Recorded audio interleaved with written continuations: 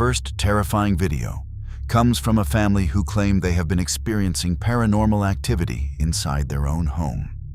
A father and his daughter say the strange events are not just mysterious noises or objects moving on their own, but actual apparitions. According to them, the hallway leading down to the basement is where the activity keeps returning again and again. What makes everything even more frightening is that these figures do not appear like ordinary shadowy shapes. They reveal themselves with clear and terrifying forms. Because of that, the father and his daughter decide to carry out a dangerous experiment to capture whatever keeps appearing in that hallway. Behind me either. I don't know how long you have to sit there. But we're going on. I'm really cold. Going on 14 minutes now. I promise you, because your sister's told me it's been up here all day. Yeah. So. Don't. No. Don't. Next time, Kaylee, I'll just grab it and look. Yeah? Or don't look if you don't want to look, but just move the camera there. Okay. It's definitely there. Because I'm not looking, I'm looking at the screen. So. I'm looking at you. Shh. Go now. Up. Down. Just make sure we can see. I mean, that is fast. Nothing there, no? No. Did you capture anything at all? Because you were so fast then. Yeah, no. No, literally nothing. At first, something slowly begins to form in the darkness. A dense black mass appears in the corner where nothing should exist. Little by little, the shape starts to resemble a human head. The father notices it, but he does not react right away. He stays completely still and silent, almost as if he is trying to convince himself that what he is seeing cannot be real.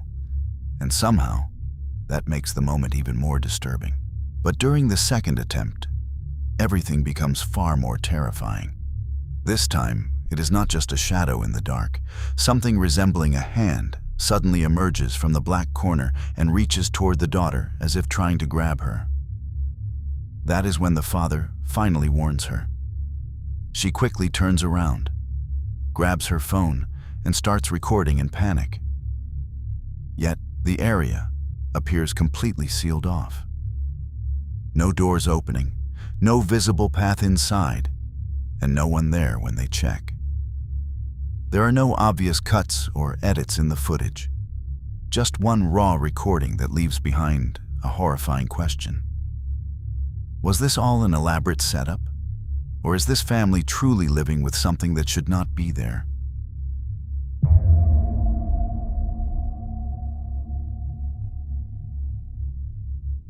The following shocking video was recorded inside a house a family had recently moved into.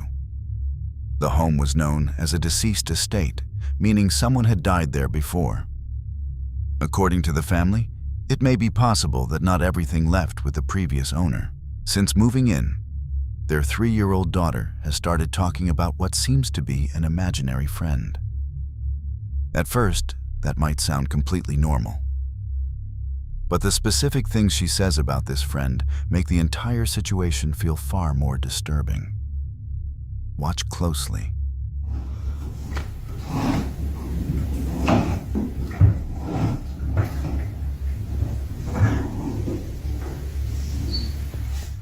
In the first clip, the little girl can be seen playing alone in the hallway while rolling herself backward on a pink toy. She looks calm and completely comfortable, as if nothing strange is happening at all. At first glance, it seems like an ordinary moment of a child playing by herself. But according to her mother, the situation may not be that simple. She believes her daughter is not truly alone in that hallway, but interacting with something they cannot see. Then, in the second clip, the mother begins explaining the strange things her daughter has been saying. And from that moment on, the case becomes far more terrifying. So I don't know what to do with this information. And she's 3. Like, this is the first time she's ever had an imaginary friend, and you'd think it would be like a fairy unicorn or something, but it's not. It's the most standard middle-aged man, and he sounds like a real dude.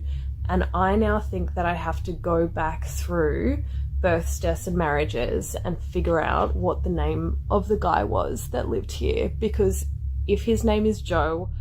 The imaginary friend has a name, Joe. And from the moment that name is mentioned, everything becomes far more disturbing.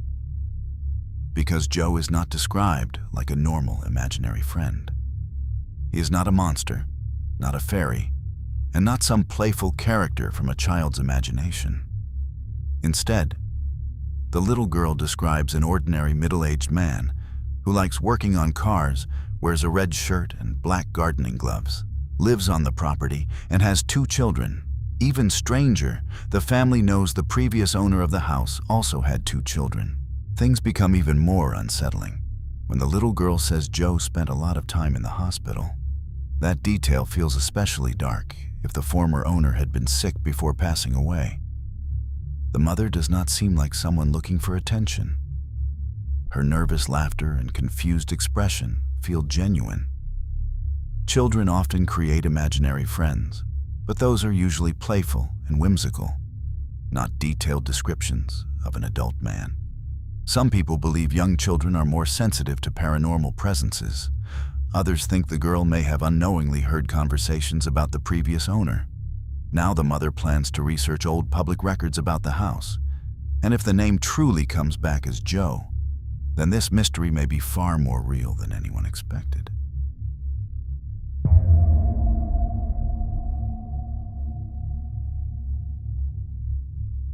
This terrifying footage was recorded by a man named Sue after he got lost while taking an unfamiliar route home.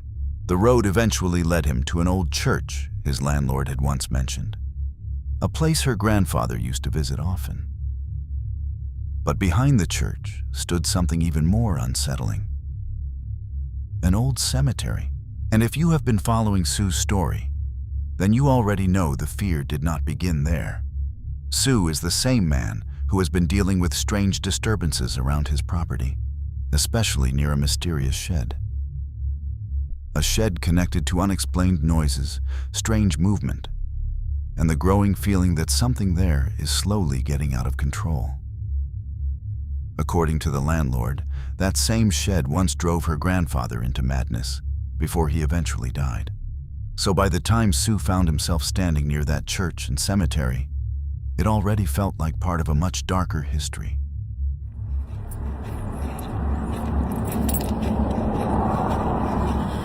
I want y'all to bear something in mind. This is minutes from my house. Quite literally minutes from my house. I just stumbled across this completely by accident. And not only did I stumble across this by accident, say hello to Mr. Patterson's family. I don't believe in coincidences. Things don't just happen. I got lost on my way back home because I went away I never went before. And then I come across this. And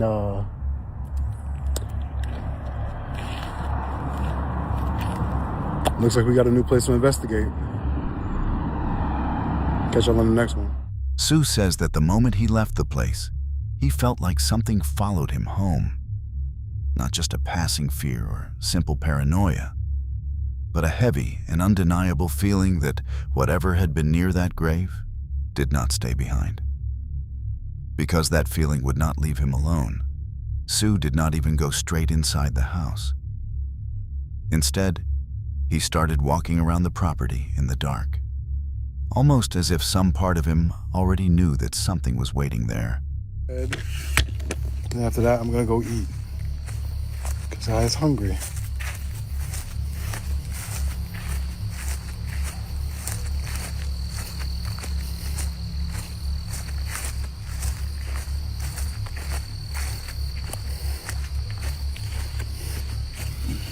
I don't want to do this.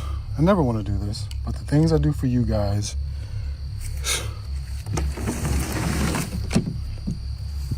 It's I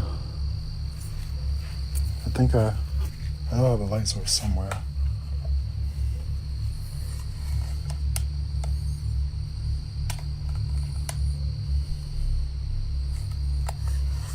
Is this light dead? I'm about to say there's no way.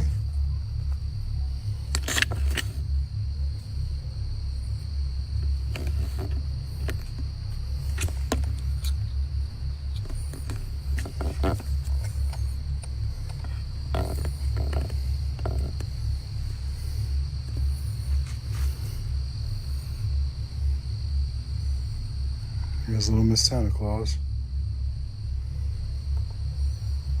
Please what?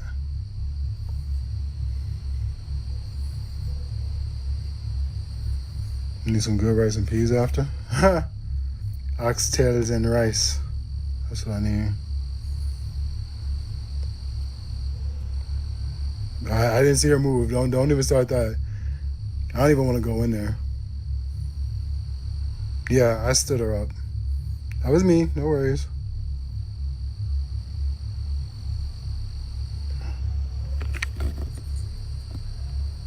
I can hear something behind me.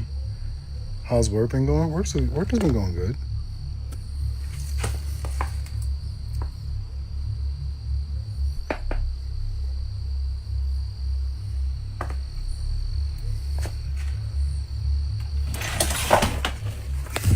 I just lost my shoe. I just lost my shoe. No, thank you. Well, whoever suggested that I go in there, send me your address. As the light from his phone moved through the darkness of the cluttered garage, past old shelves, rusty tools, stacked boxes, and a gray gas cylinder in the corner, it suddenly stopped on something that made Sue freeze. Sitting in the middle of the room was a doll staring directly back at him. It had messy white hair, a bright red outfit, and a disturbing face that looked like a twisted version of Santa Claus. The atmosphere inside the garage instantly felt darker and far more unsettling. Some viewers believe the doll was not the true focus of the haunting, but more like a marker connected to whatever may have followed him from the graveyard. Others think Sue simply frightened himself and stumbled upon something ordinary at the worst possible moment. But to Sue, the coincidences feel far too connected. Getting lost, finding that old church, and discovering the cemetery so close to his home all seem strangely deliberate. And when Sue decides to return and investigate further, what he discovers may push this terrifying case into something far worse.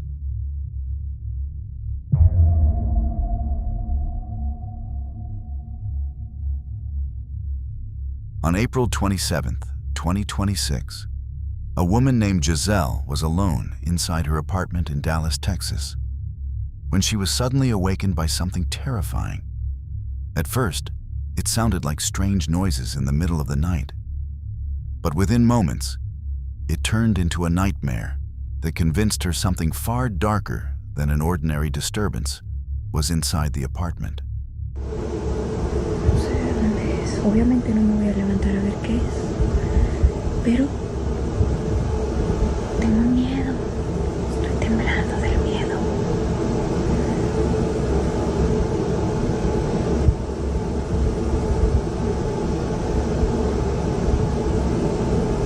Si pasa... ¡Eh! No mames.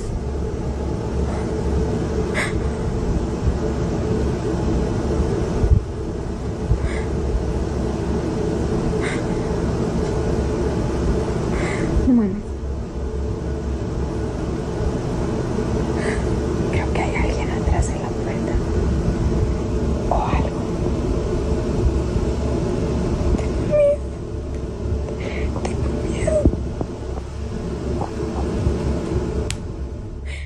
While listening from her bed and starting to record, Giselle noticed something moving beneath the gap of her bedroom door. Whatever it was seemed to press and shift in a way that felt deeply wrong. At first, it almost looked like a black shoe, but she could not tell for sure. Fearing there might be an intruder or something far more terrifying inside the apartment, she waited for the movement to disappear. The moment she had the chance, Giselle ran out of the apartment and straight to her car as fast as she could. No miré mal, pero salí corriendo de ahí porque ya no puedo, ya no sé qué hacer. Son las 4 de la mañana. Pero sé que había algo ahí, sé que miré algo y no estoy loca. No estoy loca. Tengo que entrar a trabajar al rato y no he dormido nada. Estoy nerviosa, no sé qué. What makes the case even stranger is that Giselle already had motion-activated security cameras around her apartment. But strangely, none of them detected anything during that moment, even though something was clearly moving behind her bedroom door. Still shaken by what happened, she contacted a police officer she knew and asked if anyone had died in the apartment in recent years. The answer she received made everything far more disturbing.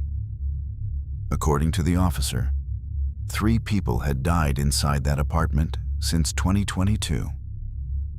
And since 2024, there had also been 3 separate shootings there.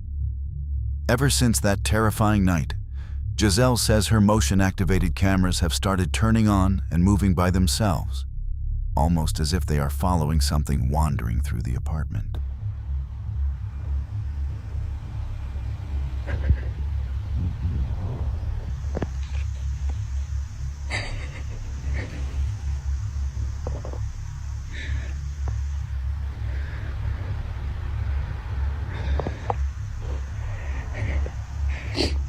Tengo miedo. But every time Giselle checks what the cameras seem to be following, there is never anything there. No person, no animal, and no clear source that could explain what is happening.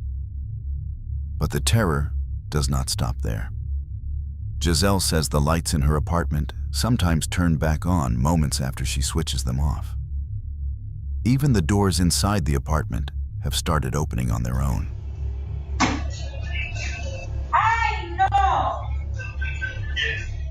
Then one night, while Giselle was sitting alone in the living room reading Psalm 91 from the Bible, she was suddenly startled by something coming from another part of the apartment.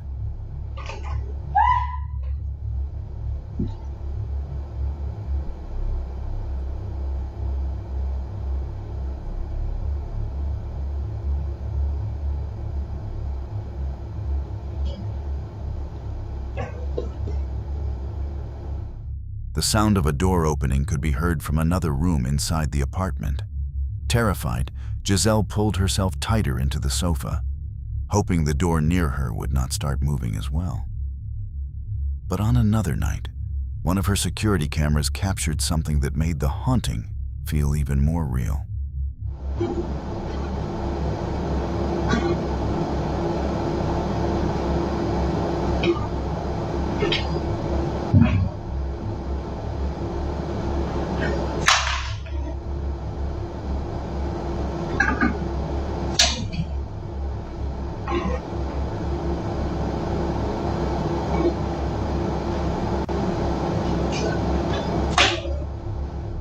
In the footage, an object is suddenly pulled right off the table, and immediately after that, a sound resembling a woman laughing can be heard inside the apartment.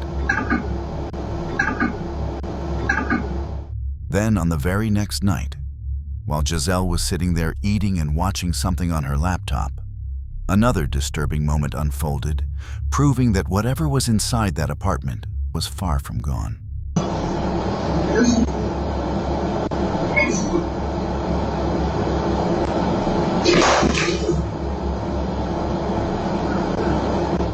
After everything she experienced, and after learning the dark history connected to that place, Giselle says she no longer doubts that the apartment is haunted.